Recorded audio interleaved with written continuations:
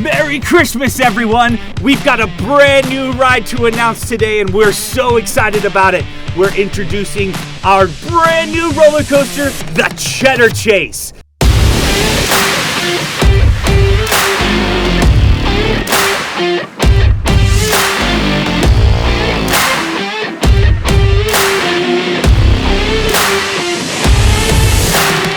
This is going to be a family roller coaster that everyone can enjoy.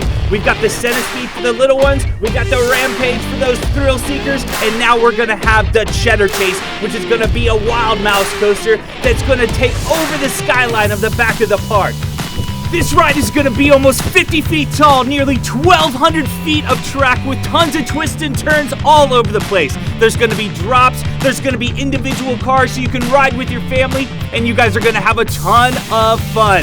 And this is not it. We've got plenty of new things coming in 2022. We've got 4 announcements in total, and we're going to share those things with you over the next few months. So Merry Christmas from our family to yours, and a Happy New Year.